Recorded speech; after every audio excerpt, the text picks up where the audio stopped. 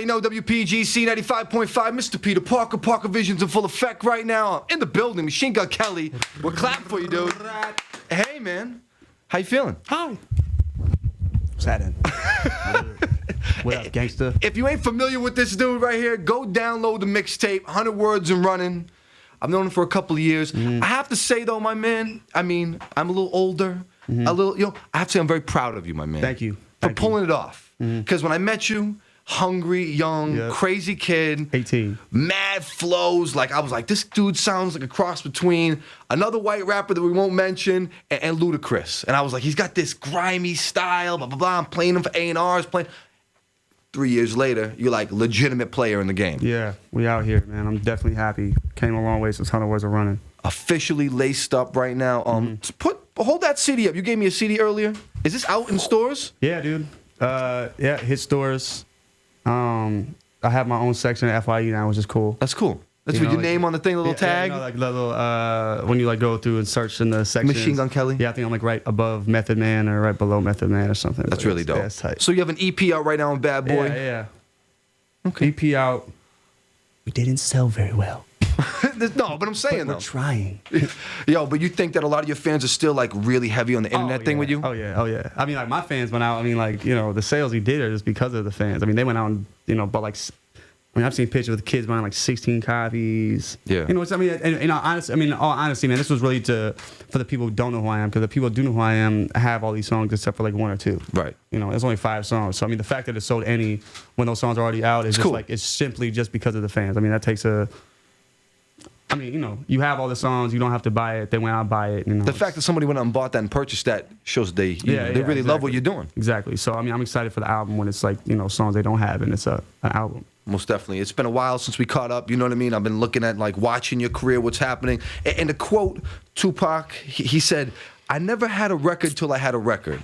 Then now you out here in the game right now, and it seems like the attention and some of these problems, some of the drama, it seems to be chasing you now. Yeah, dude, I really think I talked that one into existence. I'm saying, can you relate to that? Like, yeah, I said I was a wild boy, and everything wild just happened. Yo, that's crazy. Like, arrested recently, whatever, little brawl, little problem earlier this year, and other guys coming back and suing you. And soon, this Highline Ballroom show gets canceled. You get banned from the Highline Ballroom? The show didn't get canceled. My set got canceled. You got banned. Everybody else was able to perform. Who else on the bill?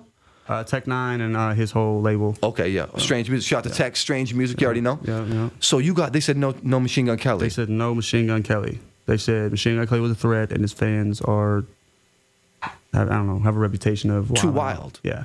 How does that make you feel? I was, I hope a snake comes out of the promoter's toilet and bites him in the balls when he takes down to take a poop today, simply because he didn't refund the money of the kids. Now you gotta think about it. Me and Tech, 2 cult followings. Yeah. His fans come to see him. My fans come to see me. Right. Me and Tech both know that. Right. So, you know what I'm saying?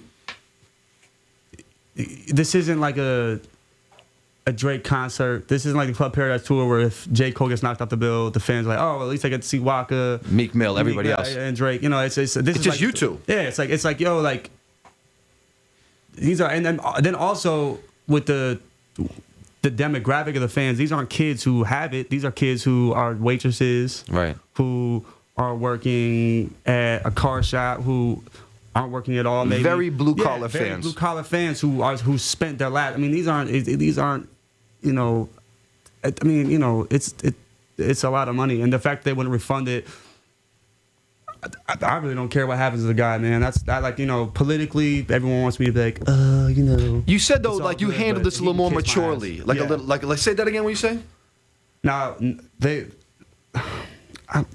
basically, I just changed the way that my outlook on how I would have reacted to this situation. Yeah. Maybe 6 months ago, I would have went to the venue in a little mustache or something, like, ran on the stage and somehow did like some, maybe made him drop Wild Boy or something like that. You would have went a little more aggressively at this guy. Or I would have went to the, I could have tweeted like all my fans go break the windows.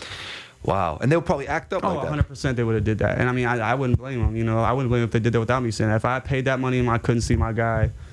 Yeah. And that's my last money, like I know for a fact a lot of these fans, don't really have it. So, I mean, I don't know. I went to the studio and recorded a song instead. Yeah. And came out today. It's controversial, but it was controversial because I think a lot of people pay attention to my wild boy antics rather than pay attention to the fact that I could rap my ass off. And I think that it was one of those things where it's like, oh. We talked about that earlier. Like this, it's the what's the Biggie beat? Dead Wrong. Oh, Dead Wrong. It kind of reminded me of 100 Words of Running, the personality you're using in the record, and you did it in the studio where Biggie recorded all his classics. Yeah, we recorded that. Yeah, song, is that? Have you recorded it before? The song I recorded there before was called "See My Tears." That's on this album. It was right after me and Puff got in our fight. Yeah. Me and Puff had like one altercation. Yeah. And that was like, and that's why I said this one line in this song. It's the track number 3 off the Half Naked EP, and I said, and I'm still laced up. Tell the world ain't nothing changed. But I was really saying, tell Puff ain't nothing changed in my head because me and Puff had this argument. I played him like 4 songs I had done since I'd been signed. I had huge writer block after I got signed. Huge writer block. And I played him like 4 songs. And you'll never hear these songs. Yo, they're not it. Yeah, not it. But he. I mean, like one song was just god off. I listened to it. I'm like, what was I thinking? But he sat there and he was like, who is this guy I signed? This isn't what I signed. I signed like this inspirational, like, right. You know, they're like, he was basically like, who is this? Who is this? What is this? You're not the guy. You're not the same guy I signed. And we had this huge argument. And then so I went you back and Diddy head to head. Yeah, like yelling at each other. Yeah, the studio, and then my hype man was sitting there. It was just like,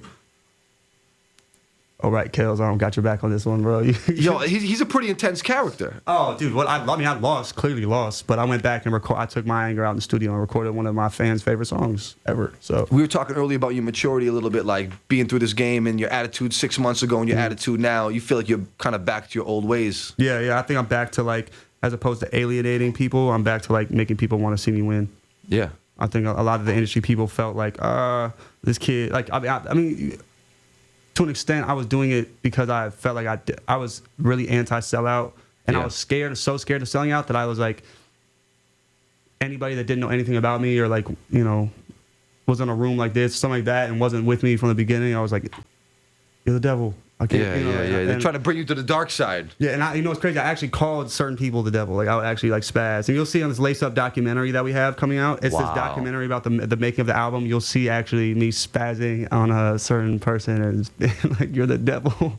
Yo, is a radio DJ? No, it was a radio DJ. I was gonna say. And so like you'll see like after all that, like, I look back and I'm like, yo, that's not like what. And my fans ride or die with me for whatever I do. So my fans were on the same thing. They're like, yo, all you know is Wild Boy by MGK. You're not a real fan. That's it. Of course. And of course, I was the same way. I'm like, yo, that's all you know. But then I'm like, you know what, man? Let's give these guys a chance to come in and hear these other records, right? To hear the 100 Words of Running, to hear the Lace Up, to hear everything else. The Rage Pack sounds a little different. And the Rage Pack does sound they're a little different. Like when I hear the different projects, I can tell there's different stages of your career and your life that you're at. You were saying the Rage Pack, well, you guys were just partying. That's all it was. We were just getting obliterated, and we didn't know what to do as far as like, we hated being on the label because we couldn't nothing was happening for us. Yeah. But I don't know. We were just in this, so we just got fucked up every day, and literally just like, you know, just I don't know. We did it, and that's actually one of my. I love the sound I did on that, but I think it's one of those sounds that like you need to hear my next project to go back and love that sound. Because if I would have 3 or 4 projects that just sound the same on every one, there's no change. Like when Kanye did the 808s and Heartbreaks, it was a weird thing.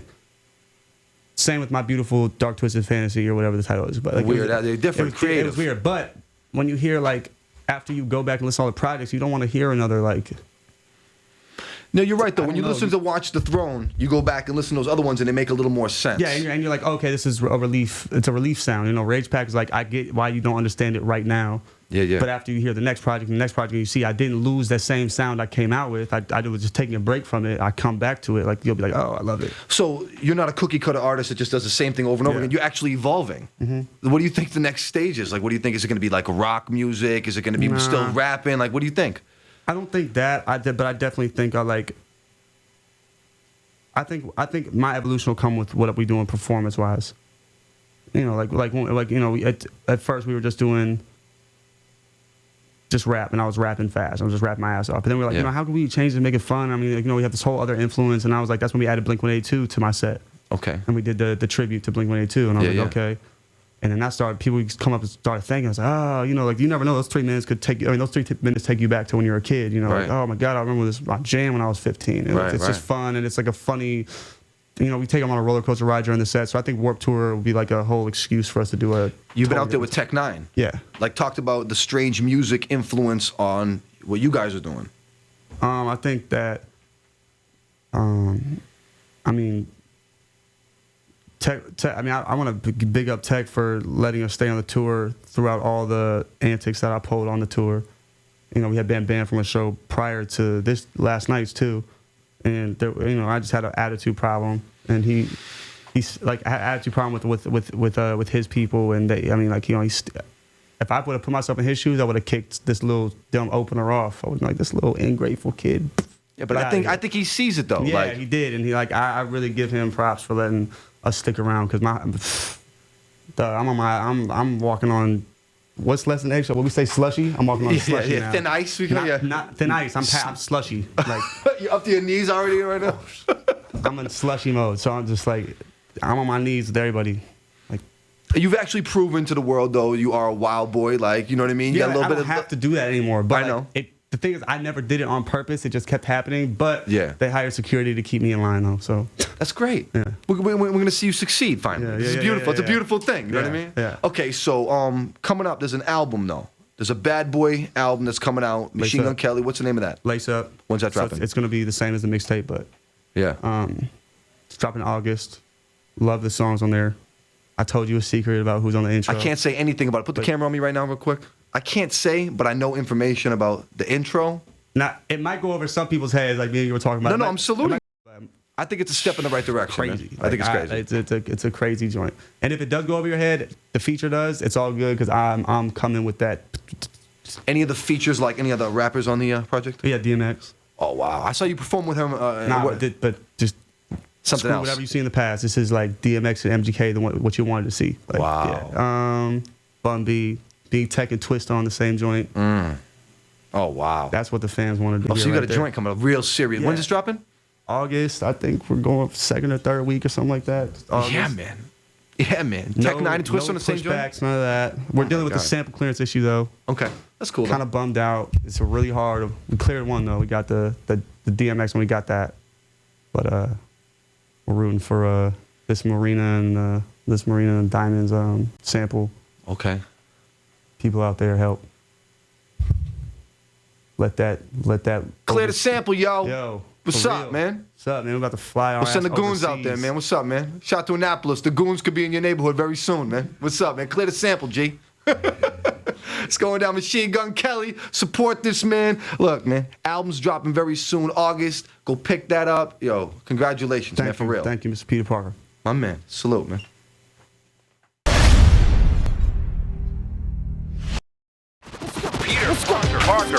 Big shout to the EST Dream Team. Machine Gun Kelly, you already know. 100 words of running, baby. Cleveland, what up? I do this. Bitch. Come on. Come on. Come on. Yeah. What I tell these people? Coming out the bottom of the motherfucking totem pole. Calling everyone who ain't believe like I